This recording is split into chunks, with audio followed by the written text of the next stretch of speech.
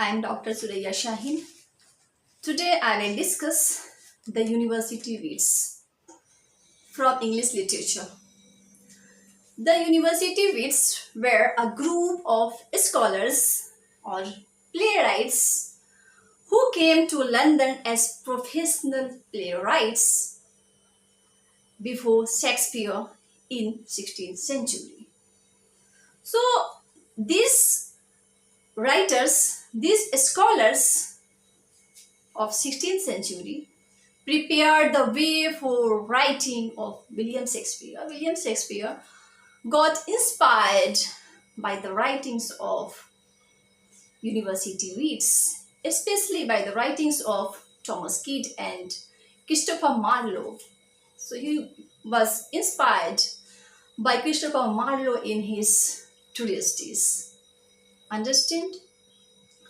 So now I will talk about the playwrights, the scholars who formed University Wits. These playwrights were John Lilly, George M.Phil, Robert Greene, Christopher Marlowe, Thomas Kidd, Thomas Nash, and Thomas Lawes. These were playwrights who formed University Wits. George Sampson is of the view that during the 16th century, the drama settled into a regular entertainment seemed at first to be developing along two divergent lines, which we describe as courtly drama, acted by young gallants and choir children in halls and noble houses, and popular drama acted by common players of interlude in the yards of inns. And later at the theatre, the first London playhouse erected in 1570. Understand? So the scholars of the University Wits preferred to write plays for the common public, and that's why they were acted in public playhouses. Understand? So John Lilly was the leader of University Wits, and if I talk about Christopher Marlowe, he was the most powerful among all the University Wits. So first of all, I will talk about John Lilly because he was the leader of the University Wits. John Lilly picked classical deities as themes for his plays. His important plays are Sappho and Phao, Endymion, The Moon on the Moon, Midas, The Woman in the Moon, and Love's Metamorphosis. We find love as the principal themes in his plays.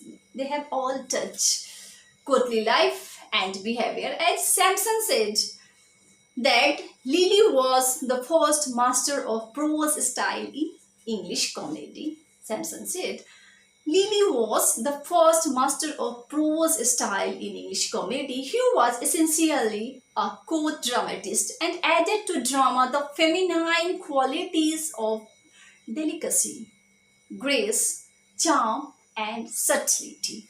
So the English drama was masculine already to the point of swaggering. So John Lilly refined it and took it out of the alehouse into the presence chamber.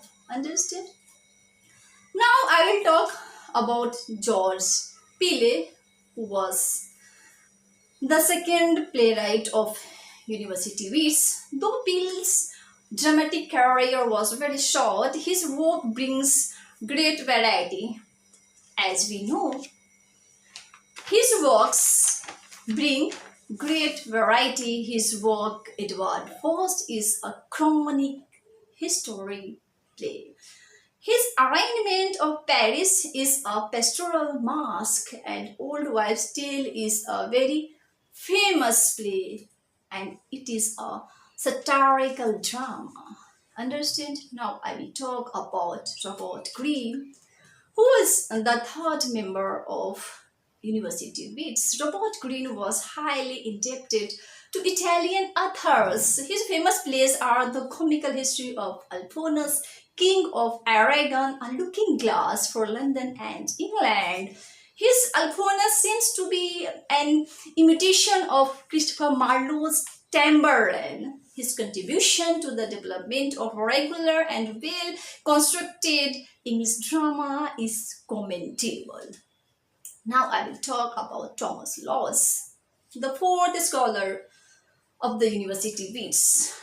Lawes was educated at Trinity College, Oxford. Later he joined Lincoln's Inn, London as a law student. He was really a facile writer whose two plays came in quick succession, and there are the wounds of civil war and a looking glass for London and England. He wrote A Looking Glass for London and England in collaboration with Green. Understood? Now I will talk about Thomas Nash, the fifth scholar of the University Wits. Thomas Nash spent 6 years at St. John's College, Cambridge.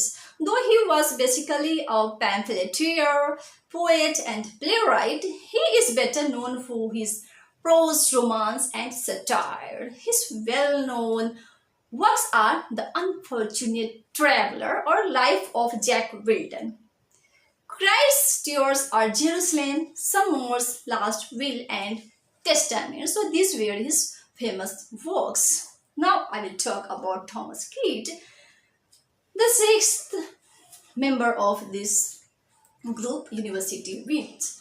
Thomas Kidd was a very important literary figure in the group of the University Wits. About Kidd, Sampson says he was the first English dramatist to discover the bearing of episode and of dramatic movement upon the character. In short, Thomas Kidd is the first English dramatist who writes dramatically. We find his important contribution in his famous tragedy, Spanish tragedy, which is also known as the first important revenge tragedy.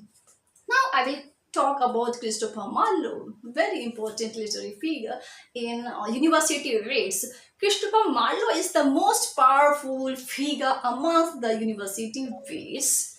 Just as Lily was Shakespeare's first master in comedy, Marlowe was his first master in tragedy. Critics believe that Marlowe was the model for Shakespeare. Shakespeare learned from Marlowe two major techniques, and the two major techniques were the first, his theory of tragedy, and second, his blank verse. So these were two techniques from Marlowe Shakespeare learned.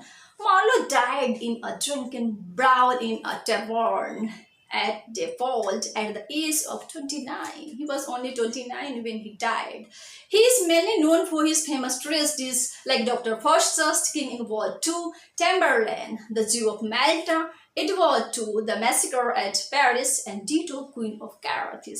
His Dr. Faustus is very important. His Dr. Faustus is this example of the blending of the morality play and spiritual tragedy. Marlowe's next great contribution was the blank verses, mighty verse. So I will also make a separate lecture on Christopher Marlowe's Dr. Faustus, because it's very important in English literature. So these scholars from the University Wits. And thanks for today. I hope you have understood clearly about the scholars who formed the University Wits. Thanks for today.